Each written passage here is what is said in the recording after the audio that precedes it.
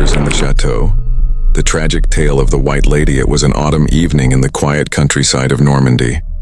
The villagers of St. Clair often whispered about the old Château d'Orel, a sprawling ruin of gray stone and ivy that loomed above the valley like a sentinel from another age. Children dared not approach it after sunset, and even grown men, hardened by years of toil, preferred to take the longer road that skirted the estate rather than pass its gates at night. The chateau had been abandoned for more than 2 centuries, ever since the family of Baron Lucien d'Orel had mysteriously vanished. Some claimed the Baron's bloodline was cursed. Others said it was war or plague or simple ruin that had driven them away. But the villagers knew the truth, or at least the truth they whispered among themselves. The ghost of a woman still wandered its halls, searching for justice that had never come. They called her La Dame Blanche, the White Lady. Arrival of a stranger in the year 1884. A young historian named Étienne Marot came to St. Clair. He was fascinated by the legends of Normandy, and his curiosity had led him to the forgotten chateau. Étienne was tall, with restless eyes that gleamed whenever someone spoke of old ruins or faded manuscripts. At the inn, he asked the innkeeper, Madame Renard, about the chateau. She frowned and crossed herself. "You must not go there after dark," she warned. "The White Lady walks when the moon is high." Many men have seen her, some lost their wits, others never returned. Étienne only smiled. "Stories, madame. Nothing more than tales told to frighten children." But that night, as he lay in his room, he heard the wind whistle against the shutters, and for the first time a trace of unease touched him. Still, his hunger for discovery was stronger. The first encounter, the next morning, Étienne made his way to the chateau. Its gates hung broken, swallowed by weeds. Ravens circled the towers, and the great hall stood open to the sky where the roof had collapsed. Inside, the air was heavy with damp moss and centuries of silence. He walked carefully through the ruins, sketching the carvings that remained on the stone, faded coats of arms, weathered gargoyles, initials carved into the wall. As the sun dipped low, he felt the temperature drop. Shadows thickened and a hush fell over the woods. And then he saw her. At the end of a long corridor framed by the last light of day, stood a woman in a white gown. Her hair was long and black, her face pale as marble. She looked at him with eyes that held both sorrow and fire. "Leave this place," she whispered, her voice echoing like the rustle of dry leaves. Étienne froze. His heart pounded, yet he managed to speak. "Who are you?" But she was gone. The corridor stood empty, and only the sound of ravens remained. The legend revealed. That evening, Étienne returned to the inn, shaken but determined. He pressed Madame Renard for more of the tale. At first she resisted, but the young historian's persistence wore her down. "Very well," she said, lowering her voice. "She was once Lady Amélie, wife of Baron Lucien d'Orel. They say she was beautiful, kind, beloved by all the villagers. But the Baron was jealous, cruel, and suspected her of betrayal. One night, in a fit of rage, he locked her in the tower and left her there to starve." Étienne's eyes widened. "When the villagers found her body, they buried her in the chapel," Madame Renard continued. "But her spirit could not rest. Since then, she has walked these ruins clothed in white, mourning her fate and cursing the bloodline that wronged her."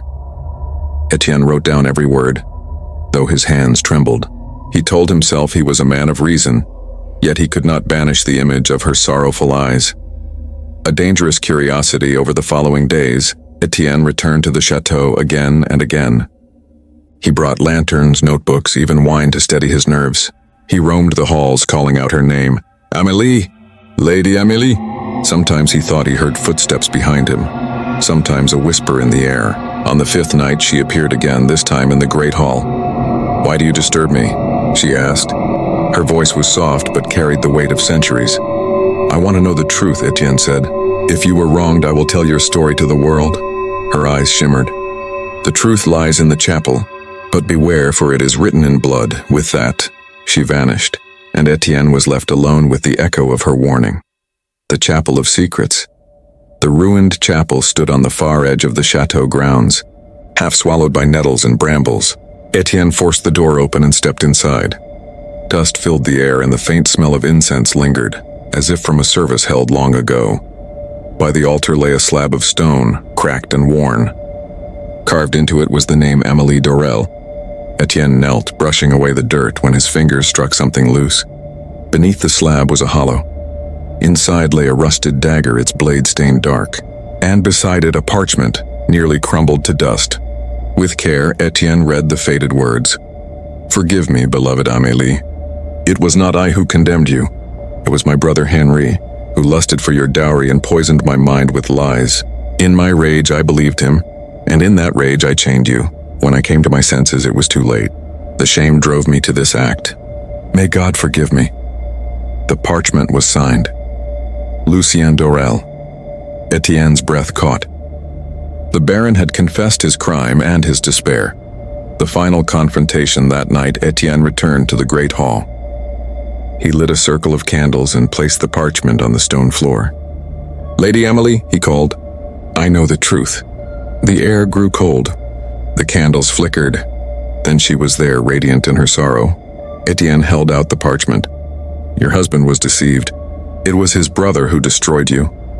Her eyes widened, shimmering with tears that never fell. She touched the parchment with ghostly fingers, and for a moment her form grew brighter, as though lit from within. "After all these years, the truth," she whispered. "My soul may rest." But as she began to fade, another figure appeared, dark, twisted, clothed in shadow. A man with hollow eyes and a cruel smile. It was Henri, the Baron's brother. "She will never be free," he hissed. "This land is mine." The shadows coiled around him, filling the hall with a bitter chill. Étienne, trembling, raised the dagger he had found in the chapel. "Your crime is revealed," he said. "Begone." With all his strength, he drove the blade into the ground. A burst of light filled the hall. The shadow screamed, twisting, then dissolved into nothingness. Amélie smiled, her form radiant. "Thank you, kind soul. Remember me," and then she was gone, leaving only silence. Aftermathation left St. Clair soon after, carrying the parchment and his notes. He published his account of the tragedy of Château d'Orel, though many dismissed it as folklore. Still, the villagers said the White Lady no longer walked the ruins. The chateau, though desolate, was at last free of its curse. Years later, when Étienne grew old, he often dreamed of her, of pale eyes shimmering with sorrow, and of a smile that lingered like moonlight on stone. He never married, but in his heart he carried Amélie's memory, a reminder that truth, once revealed, has the power to heal even the wounds of the dead.